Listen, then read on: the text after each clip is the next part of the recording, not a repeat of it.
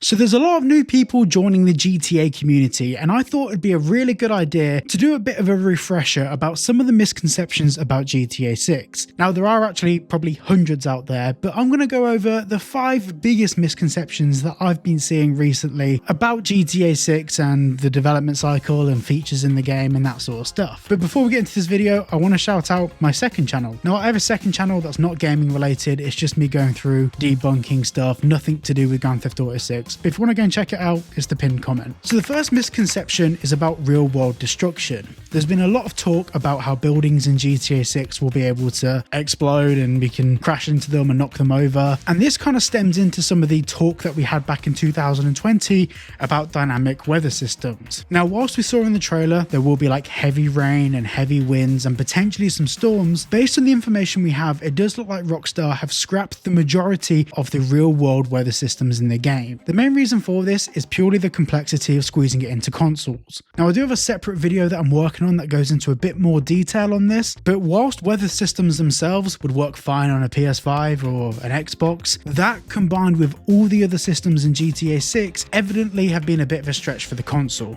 Now we have nothing concrete to confirm it's not going to be in the game, but according to Rockstar Universe, this whole technology of real world destruction and advanced weather systems did add some complexities for Rockstar to the point where he believes that they've probably pulled it from the game. Next we have the map itself. Now obviously a lot of us have seen the GTA 6 mapping project, which is basically a map that works off what we saw in the leaks and of course what we saw in the trailer, but that map isn't concrete. In fact, there is no actual concrete map for GTA 6 that we know of. Originally the game was titled Project Americas, but from what we understand, over time they ended up axing some parts of the map in order to make the map evolve over time. Supposedly they're going to make the map build, grow and advance over time with potentially new add-ons and DLCs in the future. And whether that's just for online or for story mode, it's far too early to tell. But it does appear like Rockstar are looking to play the long game with GTA 6 and introduce content over the coming decade, at the very least. The next thing is obviously there's a bit of frustration in the community. That's the biggest understatement of the year. But a lot of people have said that they've been waiting since 2013 for Rockstar to release GTA 6. Well, I hate to be that guy, but Rockstar haven't been working on the game since 2013. Following the release of GTA 5, the biggest project for Rockstar was Red Dead Redemption 2 and obviously GTA Online. Now whilst we can theorize that script writing began in about 2014 and then voice dialogue was recorded somewhere between 2018 and 2020, it's fair to say that between maybe 2014 to 2021 the game was vastly in pre-production. Of course in 2022 Rockstar announced publicly on their social media that they'd begun active development. Now this is quite a loose term. I'm assuming this means that all of their resources were going into GTA 6 at that point, but it's been theorized that all of their resources were in GTA 6 way before that.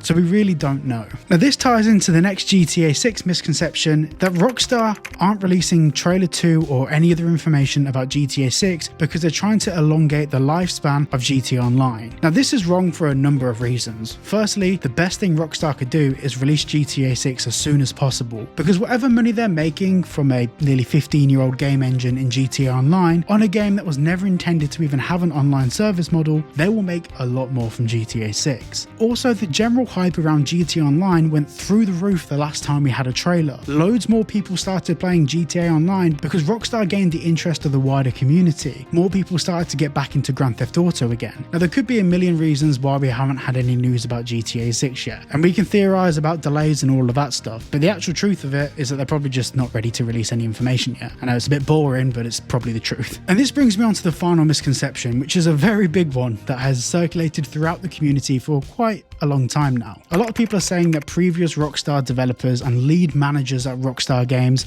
didn't have any involvement with GTA 6 because they left 2 or 3 years ago. Now, whilst I can't speak on behalf of future Rockstar titles in maybe 10 years, 6 years, 15 years, who knows at this point, the people in senior management that left Rockstar Games, everyone other than Leslie Benzies, was definitely involved in the writing of GTA 6. A big name that's been brought up is Michael Unsworth, but on his LinkedIn bio, he has GTA 6 written on there. Then of course we have Dan Hauser, who officially left the company in 2020, but at that point, based on what we know, most of the pre-production for GTA 6 was done. So it's very fair to assume that he had quite an extensive involvement with the writing and pre-planning and pre-production of the game. So hopefully that helps clear up some misconceptions about GTA 6, and if you did enjoy today's video, I've tried to keep this one under 8 minutes, but if you did enjoy today's video, please make sure to like and subscribe, and I'll see you all in the next one.